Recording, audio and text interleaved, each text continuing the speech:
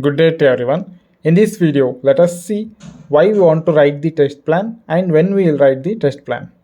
This test plan, it is the first thing that has to happen in the SDLC because it contains the details of the scope of the testing, that is which are all the features that comes under testing and which are all the features that are out scope of testing, and what are all the types of testing we need to do, and the roles and responsibilities of each test engineers and the test lead who want to test which feature. All these details it will be in the test plan. So you should first write the test plan.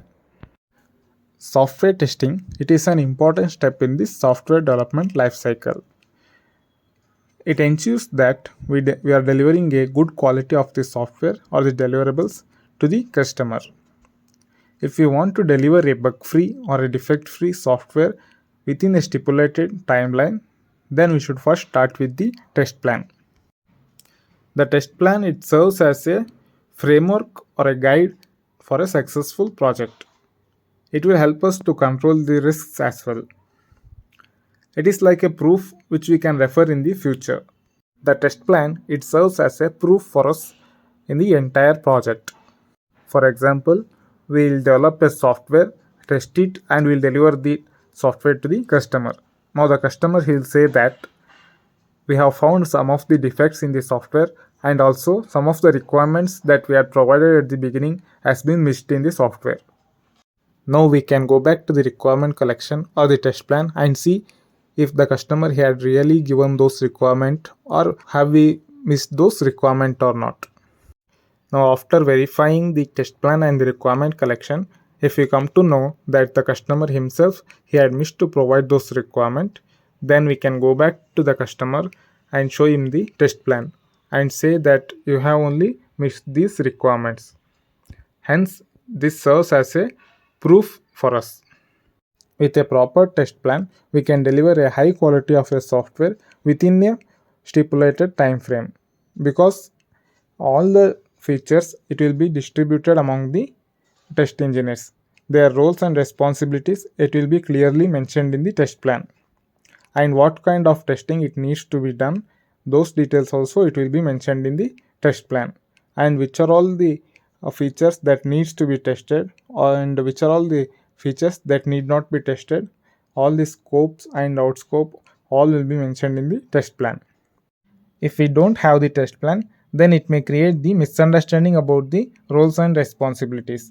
That is, the same features it may be tested by the multiple test engineers. When we don't have the test plan, the testing team they will be unaware of which are all the tests that needs to be done, and the test engineers they will not be aware when the testing process starts and when the testing process ends. Since the test engineers are unaware of when the testing process ends, it would be difficult to deliver the high quality of a software within a planned timeline. And also, out of scope features it may also be tested. This may lead to the more time consumptions.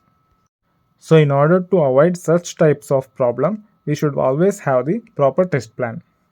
Whenever the customer provides the requirement, we should first understand the requirement and we should analyze the products and its features. Then we should understand why the customer he needs this software or the product and what he want to achieve from this product, so that we can test it from the user point of view. Only then we can satisfy the customer. We should have the details like who will use the software and what is this software made for and how would this software work in the customer workspace. By understanding all these details, we can come to know the testing objectives and which are all the tests that needs to be done and also other things. Hence, only after understanding the customer requirements and analyzing the products and its features, we'll start writing the test plan.